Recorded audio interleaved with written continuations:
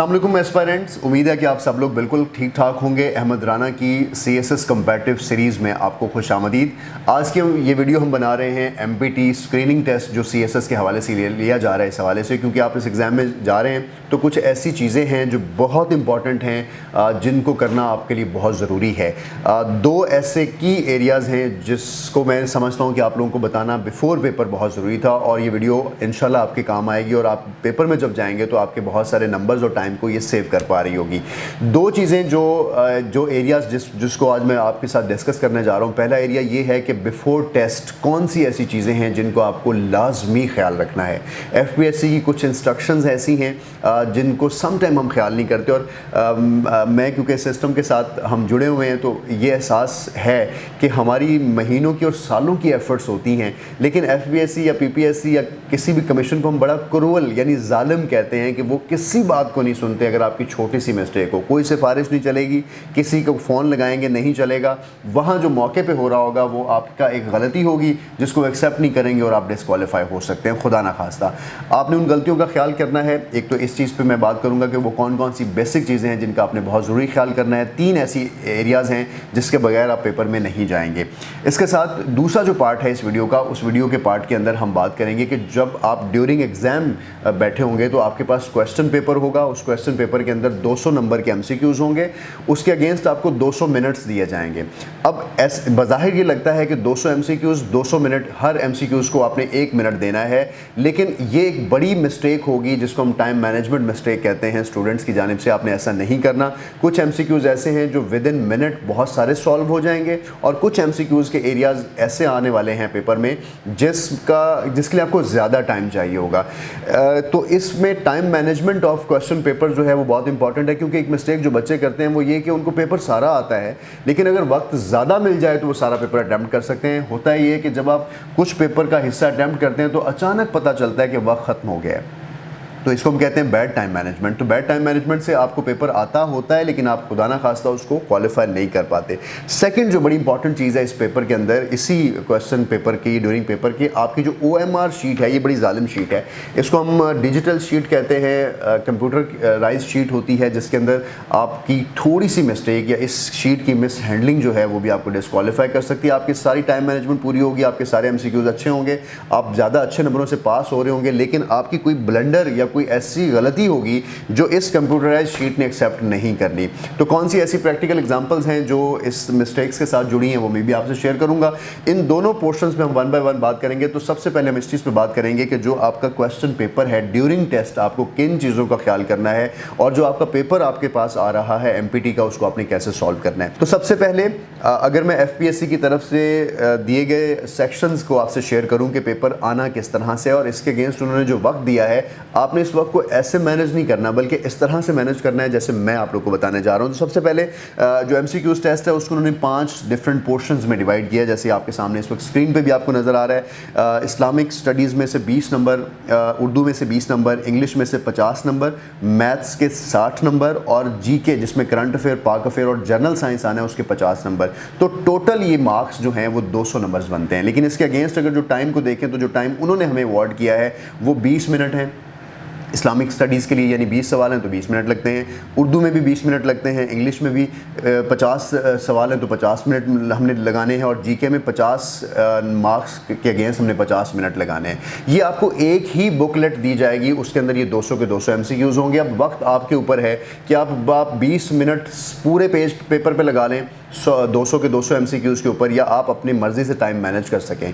यही वो इंपॉर्टेंट नुक्ता है जिसको आपने समझना है कि आपने टाइम को इनके दिए मुताबिक टाइम के साथ मैनेज नहीं करना, बल्कि आपने अपनी एक्सपर्टीज़ के साथ, अपने उन एरियाज़ के साथ जो आपको पहले आते हैं उसके साथ मैनेज करना है। कैसे मैनेज करना है, इसमें अगर मैं आपको दोबारा से यही स्क्रीन दिखाऊं तो इसके अंदर सेक्शन 1 जो कि इस्लामिक स्टडीज़, इस्लामियात के कोई क्वेश्चंस आपसे पूछे जाएंगे, उर्दू के क्वेश्चन पूछे जाएंगे सेक्शन 2, और इसके अलावा सेक्शन 5 जिसके अंदर करंट अफेयर, पाकिस्तान अफेयर्स और जनरल साइंस, ये जो 3 सेक्शंस हैं, इन 3 सेक्शंस के अंदर उर्दू, इस्लामिक स्टडीज़ और जो GK का पोर्शन है, इनके 20-20 नंबरों के साथ जो 50 नंबर्स हैं, इसका मतलब है कि ये वो वाले सवाल हैं कि आपने एक सवाल पढ़ा कि हुज़ूर अकरम सल्लल्लाहु अलैहि वसल्लम की जो पहली बीवी हैं उनसे मुतल्लिक MCQs आया, आपने जैसे एमसीक्यूज पढ़ना है फ़ौरन ही आपके पास उसका जवाब आपके दिमाग में आ जाना है, उसको सॉल्व करने की ज़रूरत आपको पेश नहीं आनी। तो आपने इस एमसीक्यूज के लिए 1 मिनट की तो आपको ज़रूरत नहीं है, इस एमसीक्यूज के लिए सिर्फ आपको 10 सेकंड की ज़रूरत है कि 1-2 सेकंड के अंदर, 3 सेकंड के अंदर, 5 सेकंड के अंदर आपके ब्रेन ने जवाब लिया। और कोई नकल का तो चांस होता नहीं है कि आप उसको स्किप करें, आप बैठ के सोचें या कुछ और करें। मैक्सिमम आपको 20 सेकंड लगेंगे, आपने जवाब को समझना है, समझने के बाद फौरी तौर पर जाकर अपनी उस जगह पे इसका क्वेश्चन लिख देना है कि ये इसका जवाब है। अगर आपको ऐसा लगे कि इसका जवाब के लिए आपको थोड़ा वक्त चाहिए, तो आपने सबसे पहले क्या करना है कि आपके जो नीचे रफ पेज वाली जगह है, वहाँ पर जिस एमसीक्यूज़ के ऊपर आपको वक्त लगाने की ज़रूरत पेश आ रही है, आपने चुप करके वहाँ पर एक कॉलम बनाना है स्किप के नाम से, कि आपने इसको स्किप किया है, इसको आप बाद में करेंगे। आपने फ़ौरन उस एमसीक्यूज़ का नंबर लिख लेना है कि आपने 5वां एमसीक्यू स्किप कर दिया और इसको आप बाद में करेंगे। आप उसके बाद, क्योंकि आपका टाइम लग रहा है उसको सोचने में, आपने टाइम नहीं लगाना, आपने छठे के बाद 7वें पे शिफ्ट हो जाना है। लेकिन इस्लामियात उर्दू के अंदर कहीं भी आपको सोचने की ज़रूरत पेश नहीं आएगी। इनके लिए 20-20 नंबर के एमसीक्यूज़ हैं, 40 मिनट में आपने इसको सॉल्व नहीं करना, बल्कि आपने इस्लामिक स्टडीज़ को 10 मिनट में, मैक्सिमम 10 मिनट में, यानी फ़ौरन सॉल्व करना है। उर्दू को फ़ौरन सॉल्व करना है और उसके ऊपर बिल्कुल टाइम नहीं लगाना, क्योंकि अगर आपने उसके ऊपर पूरा 1-1 मिनट एक एमसीक्यूज़ पर लगाया तो आगे जो कुछ क्वेश्चन ऐसे आ रहे हैं जिनके ऊपर आपको खासा सोचना पड़ेगा, खासी प्लानिंग करनी पड़ेगी, सॉल्व करना पड़ेगा, वहाँ के लिए आपने अपने टाइम को बचाना है। अब अगर मैं आता हूँ जिन एरियाज़ के लिए टाइम को आपको कैसे मैनेज करना है और आपको कॉन्शियसली पहले से तैयार होकर कैसे जाना है, तो एमसीक्यूज़ बेस्ड इस टेस्ट के अंदर ये जो आपका सेक्शन 3 है, जो आपके पेपर्स के अंदर होगा, जिसमें 41 एमसीक्यूज़ नंबर से वो शुरू होगा और 90 एमसीक्यूज़ तक आ रहा होगा, यानी 41वां जो सवाल होगा वो इंग्लिश का होगा और इंग्लिश आपका तीसरा सेक्शन होगा, जिसके लिए आपको उन्होंने 50 मिनट दिए। अगर मैं इस सेक्शन के अंदर आऊँ तो जो सैम्पल पेपर एफपीएससी ने शेयर किया उसके मुताबिक पहला जो सवाल होंगे, 10 पहले सवाल 41 से लेकर 50 तक वो सिनोनिम्स के होंगे, और फिर 51 से 60 तक एंटोनिम्स होगा, फिर करेक्शन सेंटेंस के 61 से 65 तक सवाल होंगे, पैराग्राफ और कॉम्प्रीहेंशन के 65 से 70 तक सवाल होंगे, pair of words, preposition, odd words, correct options. तो ये 1, 2, 3, 4, 5, 6, 7, 8 एरियाज़ हैं इंग्लिश के जहाँ से उन्होंने आपसे सवाल करने हैं, टोटल 50 सवाल। अब यहाँ पे आपको समझना है कि इन सवालों में कौन से ऐसे सवाल हैं जो आपने क्विकली सॉल्व करने हैं, कौन से ऐसे सवाल हैं जिनके ऊपर आपने ज़्यादा वक्त लगाना है। तो अगर मैं एफपीएससी के अलॉटेड टाइम 50 मिनट में इसको देखूँ तो सिनोनिम्स जो हैं, जो मुझे आता है वो मुझे देखते ही पता चल जाएगा कि ये मुझे आता है, और जो मुझे नहीं आता है ज़ाहिर है मैं उसके ऊपर 2-4 मिनट भी लगाऊँ तो मुझे नहीं आएगा, किसी से पूछने का कोई मार्जिन इसमें होगा नहीं। तो आपने क्या करना है कि सिनोनिम्स और एंटोनिम्स, ये दोनों एरियाज़ जो मैंने इस वक्त ब्लू कलर के साथ शो किए हैं, इन दोनों के ऊपर क्योंकि 10-10, 20 सवाल नंबर हैं तो आपने 20 मिनट नहीं लगाने, आपने फ़ौरन इनको सॉल्व करना है। सिनोनिम्स और एंटोनिम्स सवाल नंबर 41 से लेकर सवाल नंबर 60 तक, यानी ये आपने पहले से माइंड बना के जाना है कि सिनोनिम्स एंटोनिम्स में मैंने टाइम नहीं लगाना। उसके बाद आपने यहाँ पे वक्त सेव किया, आप आगे आ गए हैं करेक्शन सेंटेंस के ऊपर, पैराग्राफ कॉम्प्रीहेंशन के ऊपर, और एक लास्ट में मैंने एक ऑप्शन बनाई हुई है करेक्ट ऑप्शन, जिसको मैंने रेड से शो किया हुआ है। और जो एरियाज़ मैंने ब्लू से शो किए हुए हैं, जिसमें पेयर वर्ड्स हैं, प्रेपोजिशन ग्रामर्स हैं, ऑड वर्ड्स हैं, ये सारे वो एरियाज़ हैं जो ब्लू वाले हैं, जिनके ऊपर आपको बिल्कुल इसलिए सोचने की ज़रूरत नहीं है कि ये आपको पढ़ते ही समझ आ जाएगा कि इसका सही जवाब क्या है, जिसके लिए आपको बहुत सोचना नहीं पड़ेगा। तो ये वो सवाल हैं सारे, ये बहुत टेक्निकल पॉइंट है जो आपने इंग्लिश में समझना है कि ये सारे वो सवाल हैं जो ज़्यादा होंगे, और ज़्यादा सवाल ही वो जगह, वो टाइम, वो क्वेश्चंस होंगे जिनके ऊपर आपने वक्त नहीं लगाना। क्योंकि जो ये मैंने रेड एरियाज़ किए हैं, 61 से 65 5 सवाल करेक्शन के, 65 से 70 पैराग्राफ कॉम्प्रीहेंशन, पूरा पैराग्राफ पढ़ना होगा आपको, उसको समझना होगा, उसको रफ पेपर पे एक्सप्लेन करना होगा, उसकी डायग्राम पेपर पे बनानी होगी, फिर आपको 5 एमसीक्यूज़ नीचे पढ़ने होंगे, उनके जवाब देने होंगे। ये जो 5 एमसीक्यूज़ होंगे 65 क्वेश्चन नंबर 65 से 70 तक, ये बहुत लेंथी होंगे, इनके ऊपर ज़्यादा आपको वक्त लगेगा। तो बेसिकली वो वक्त जो आप सिनोनिम्स और एंटोनिम्स से बचा रहे थे, वो आपने पैराग्राफ और कॉम्प्रीहेंशन में इन्वेस्ट करना है। इसी तरह लास्ट एक क्वेश्चन है करेक्ट ऑप्शंस, कि करेक्ट ऑप्शंस में भी आपको एक पूरी स्टेटमेंट पढ़नी पड़ेगी, फिर नीचे 4 स्टेटमेंट्स पढ़नी पड़ेंगी, तो ये भी टाइम टेकिंग होगा। तो ये 3 एरियाज़ जिसमें करेक्शन के क्वेश्चंस होंगे, जिसमें पैराग्राफ और कॉम्प्रीहेंशन के क्वेश्चन होंगे और करेक्ट ऑप्शन के होंगे। इसको आपने यूँ याद रखना है कि ये 3 एरियाज़ वो हैं जिनके सबसे कम सवाल होंगे, यानी 5-5 सवाल होंगे, और ये सबसे ज़्यादा आपका वक्त लेंगे।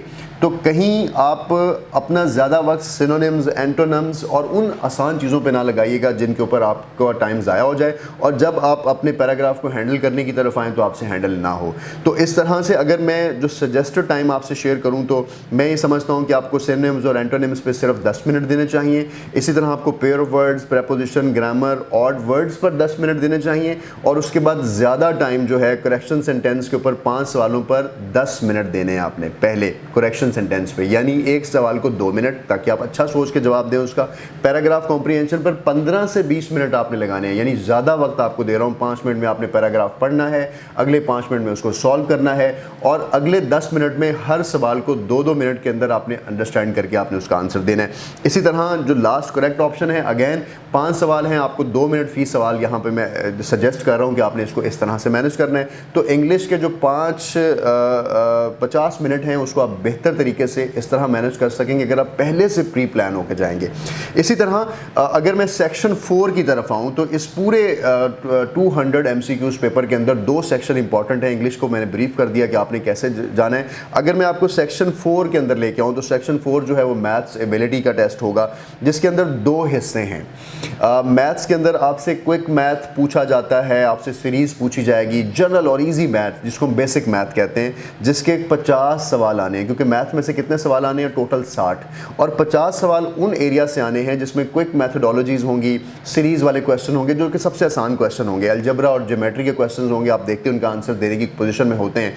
तो ये जो 50 क्वेश्चन हैं, हर क्वेश्चन को 1 मिनट नहीं देना, क्योंकि सीरीज़ के क्वेश्चन में 1 के बाद 3, 3 के बाद 6, 6 के बाद 9, 9 के बाद 12, तो हर जगह पे 3-3 का वक्फा आ रहा है, तो 12 के बाद 15, तो आपको देखते ही उसका जवाब आ गया, इसको तो फ़ौरन आपने सॉल्व करना है। अगर आपको लगे कि इन 50 सवालों में कोई ऐसा सवाल है जिसके ऊपर वक्त देना पड़ेगा, यानी उसको सॉल्व करना पड़ेगा, आपने उसको सॉल्व नहीं करना, आपने फ़ौरन उसको एक जगह पर जहाँ स्किप लिखा हुआ है वहाँ पर आपने उसको मैंशन कर देना है कि इस सवाल को मैंने ज़रा आराम से करना है, इसको थोड़ा वक्त मैंने ज़्यादा देना है, क्योंकि आपने पहले वो सवाल अटैम्प्ट करने हैं जो आपको जल्दी से और क्विकली आ रहे हैं। तो जैसे ये चीज़ के जैसे इंग्लिश में था कि जिनके सवाल कम हैं उनके ऊपर आपको ज़्यादा वक्त लगाना पड़ेगा, और जिस एरिया के सवाल ज़्यादा हैं उनके ऊपर आपको कम वक्त लगाना पड़ेगा। सो यहाँ पर भी यही सीन है कि जो मैथ्स है इसमें जो एनालिटिकल रीजनिंग है, जो एनालिटिकल एंड मेंटल एबिलिटीज़ हैं, ये वो सवाल हैं जिनके अंदर आपको कोई एक सिचुएशन को पढ़ना होता है, फिर उसकी डायग्राम, उसके रिलेशंस बनाने होते हैं, यानी उसको पहले आपको प्रॉपर सॉल्व करना पड़ेगा जो आपके 5, 6, 10 मिनट लेगा, और फिर आप उसके आंसर्स जो हैं वो क्विकली दे देंगे और आपको समझ आ जाएगा। लेकिन अगर आपने इन सवालों के ऊपर 1-1, 2-2 मिनट, या आप किसी एक सवाल पे शुरू हो गए और आप खप गए और आपने सारा टाइम इन सवालों पे लगा दिया, तो बहुत सारे आसान सवाल जो कि 50 हैं वो आपके पूरे नंबर खा सकता है। तो आपने यहाँ समझना है कि जो एनालिटिकल रीजनिंग है, एनालिटिकल मेंटल एबिलिटीज़ वाला पोर्शन है, इसके जो 10 क्वेश्चन होंगे, उन 10 क्वेश्चन को आपने 30 मिनट यानी हाफ टाइम जो है आपके मैथ्स का वो आपने बचाना है सिर्फ और सिर्फ उन क्वेश्चंस के लिए जो आपके मेंटल और एबिलिटी वाले क्वेश्चंस में आएंगे। इस एरिया को, मैथ्स के इस एरिया को बिल्कुल लास्ट में कीजिएगा, क्योंकि आपने पूरे पेपर में तमाम 200 नंबर के सवालों के साथ ये स्ट्रैटेजी रखनी है कि आपने हर सवाल को 1 मिनट से पहले के वक्फे में कोशिश करना है सॉल्व करने की, जिन क्वेश्चंस को आप 1 मिनट दे रहे हैं या वो जल्दी सॉल्व हो सकते हैं, ताकि जितना भी एक्स्ट्रा टाइम आपका बचे वो आप मैथ के एनालिटिकल रीजनिंग और एबिलिटीज़ वाले पोर्शन के ऊपर मैक्सिमम सर्व कर सकें और आप इसमें ज़्यादा ईजिली हो सकें। जो सेक्शन 5 है हमारे पास इसके बाद वाला, वो सेक्शन 5 में जीके, करंट अफेयर्स, पाक अफेयर और जनरल साइंस के जो क्वेश्चन हैं ये बड़े आसान क्वेश्चन होंगे पहले तो, क्योंकि FPSC के पास बहुत ज़्यादा मुश्किल डेटा नहीं होता जहाँ से वो सवाल पूछता है, और ये वो सवाल हैं जो बच्चे CSS की थोड़ी सी भी तैयारी कर रहे हैं वो इसको आराम से सॉल्व कर लेंगे। अखबारें अगर पढ़ रहे हैं, करंट अफेयर्स के कुछ MCQs आपने करेक्ट किए हुए हैं, तो जो आपको क्वेश्चन देख के समझ आएगा, तो आप थोड़ी देर भी अगर दिमाग पे जोर डालेंगे तो आपको अगर उसका जवाब आएगा तो ठीक है, वरना आपको कोई इल्हाम तो उस वक्त होगा नहीं।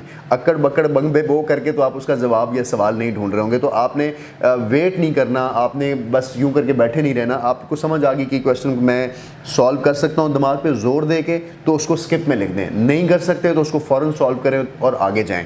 एक चीज़ जो इस एग्ज़ाम की सबसे अच्छी है कि आप लोगों को आज जो 66 नंबर हैं 200 में से लेना वो बहुत आसान है, क्योंकि अगर आप टाइम मैनेज करके चलेंगे तो 200 के 200 क्वेश्चन जो बच्चा अटेम्प्ट करेगा उसके 100% में से 90% चांसेस होंगे कि वो इस पेपर को क्वालिफाई कर लेगा। और ऐसे बच्चे जो टाइम मैनेज नहीं कर पाएंगे, ये वो बच्चे होंगे जो बदकिस्मती होंगे, और वो बच्चे पेपर आते हुए due to mismanagement of time वो इसमें से आउट हो जाएंगे। तो आप लोगों ने 200 क्वेश्चंस को ऑप्ट करना है और 200 के 200 को ऑप्ट करने के लिए आपने ये देख के जाना है और पहले से ये माइंड बना के जाना है कि इंग्लिश के कौन से इलाके हैं जिनको आपने जल्दी निकालना है, मैथ के कौन से इलाके हैं जिनको आपने जल्दी से निकालना है, जो मैंने आपको बड़ी डिटेल से एक्सप्लेन किए हैं, और कौन से इलाके हैं जिनके ऊपर आपने टाइम देना है। ये तो है क्वेश्चन पेपर के अंदर टाइम को मैनेज करने की टेक्निक कि आपने अपने एमपीटी के अंदर एरियाज़ को किस तरह से मैनेज करना और पहले से अपना ब्रेन बना के कैसे जाना है कि आपने इसके ऊपर क्या करना है। अब इस तरफ आते हैं कि क्वेश्चन को जब आप पढ़ रहे होते हैं तो पढ़ने के बाद आप उसका जवाब जो है वो OMR शीट पे ले रहे होते हैं। तो कौन सी ऐसे ब्लंडर हैं, कौन सी ऐसी मिस्टेक हैं जो आपने इस OMR शीट पे नहीं करनी।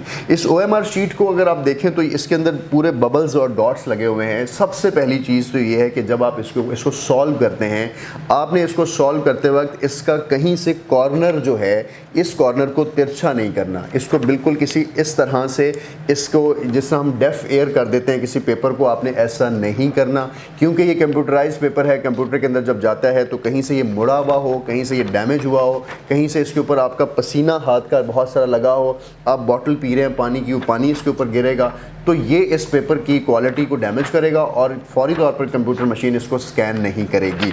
एक तो ये मिस्टेक आपने नहीं करनी। और अब बेध्यानी में हम यूँ कर रहे होते हैं, हम बड़ा बुरा सलूक कर रहे होते हैं, हम इसको हाफ करके बैठ के पेपर कर रहे होते हैं, हम इसके बैक साइड पे रफ पेपर्स कर रहे होते हैं। ऐसे बहुत से बच्चे नमूने जो हैं वो पेपर्स में होते हैं, तो आपने ऐसा इस चीज़ का ख्याल करना है। सेकेंडली, जो इसके बबल्स हैं, जो क्वेश्चन जो आंसर आपने इसके ऊपर फिल करना है, कंप्यूटर मशीन सिर्फ उस आंसर को उठाएगी जिस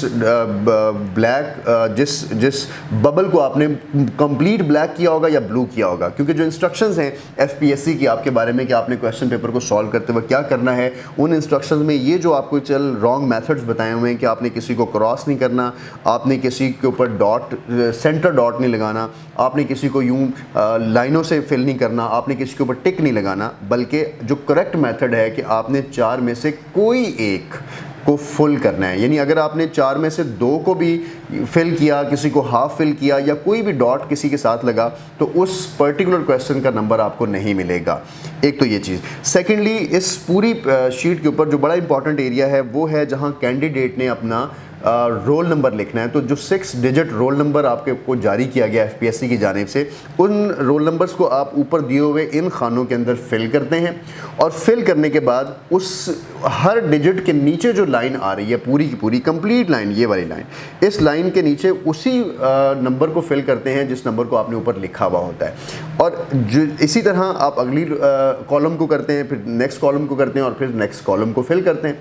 तो इस तरह से अगर आप अपना रोल नंबर फिल करते हैं और अगर आप अपना रोल नंबर फिल करना भूल गए हैं या आपने इसमें कोई मिस्टेक कर दी है, तो फौरी तौर पर वहाँ पर मौजूद इन्विजिलेटर को बताएं और उसको ये कहें कि आपको ये शीट रिप्लेस करके दे, वरना ये शीट आपकी कंप्यूटर रिजेक्ट कर देगा। इसलिए ऐसा नहीं करना आपने कि आपने सारा पेपर फिल करने के बाद अपने पर्टिकुलर फिल करने हैं।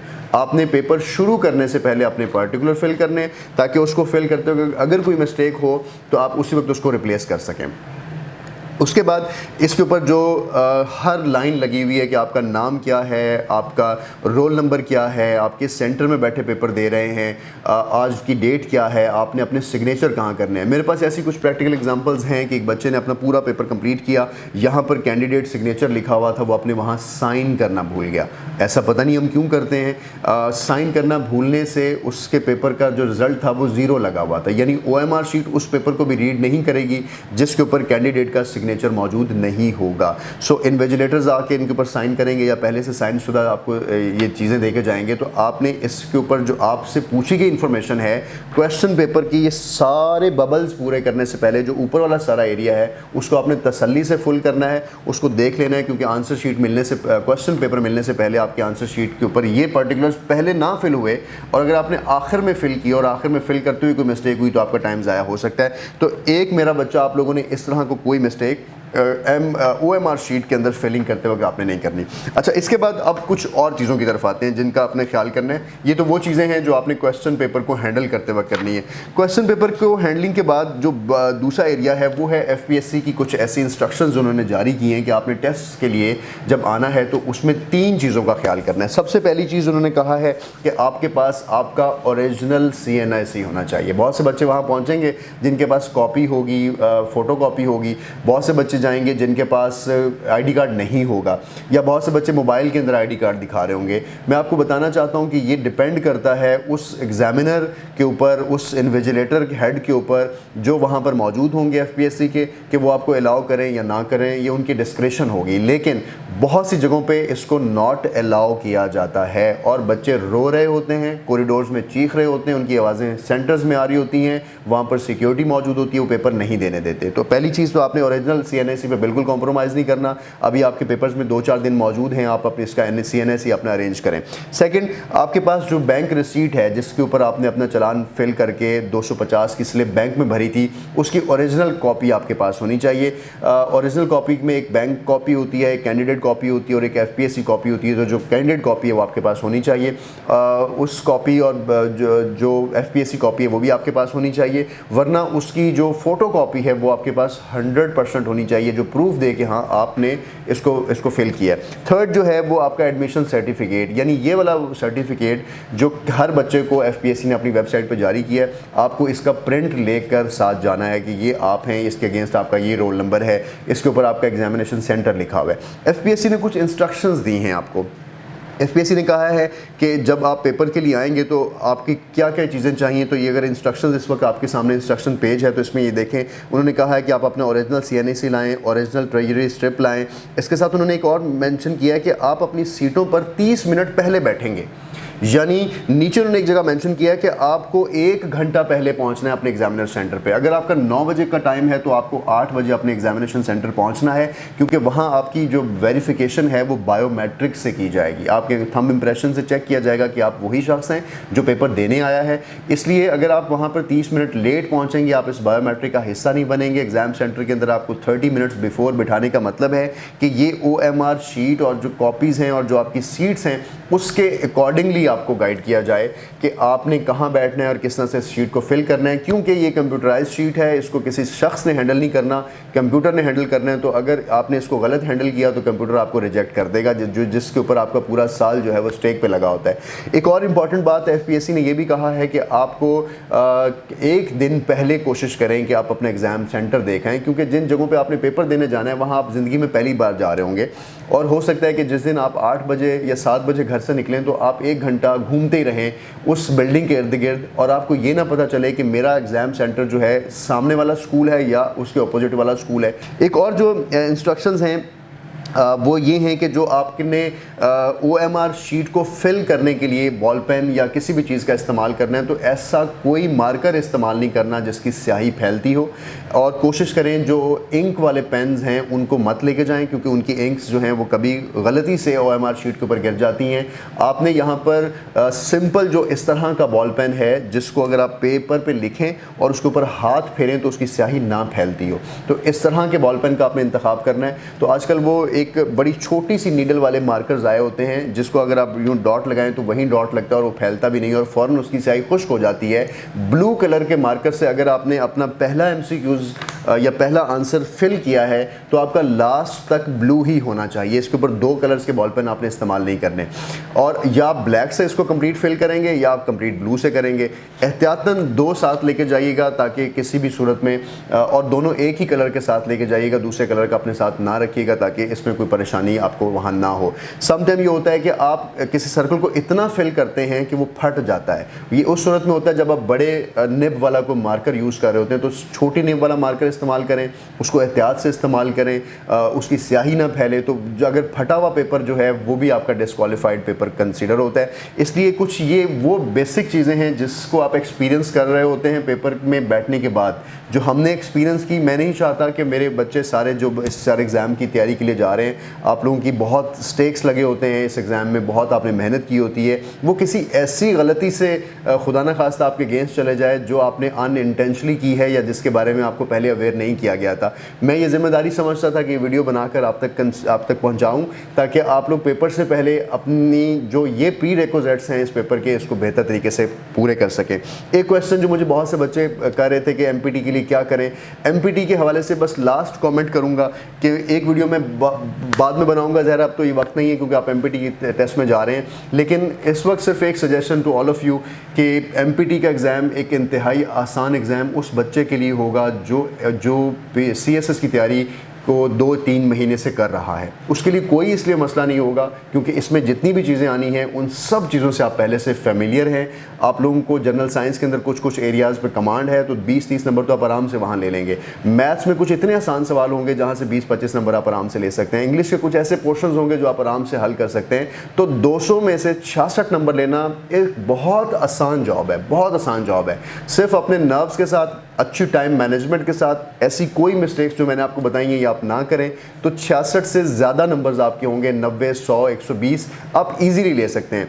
पैनिक होके जाना, एग्ज़ाम सेंटर तक ना पहुंचना, पेपर्स की टाइम मैनेजमेंट ना करना, आंसर शीट को सही हैंडल ना करना, ये सारे डिस्क्वालीफाइड एरियाज़ होंगे जो आपको परेशान कर सकते हैं। अगर आप सिर्फ इन चीज़ों का ख्याल करके जाएंगे तो अल्लाह पाक आपको हामी और नासिर होगा। और मेरी यही ख्वाहिश थी, यही दुआ थी कि अल्लाह पाक आपको बहुत बहुत कामयाब करे। बहुत सी दुआएं तमाम एस्पिरेंट्स के लिए। अपना रखें बहुत सा ख्याल। आपके कमेंट्स, मैसेज मुझे मिल रहे होते हैं, उनके मुतालिक जो आपकी रिक्वेस्ट हैं, जो आपकी डिमांड्स हैं, वो मेरे लिए हुक्म है। इंशाल्लाह उनको आने वाले दिनों में कंप्लीट करूँगा और आपको और चीज़ों पर भी गाइड करता रहूँगा। अपना रखें बहुत सा ख्याल। देखते रहें एआर न्यूज़।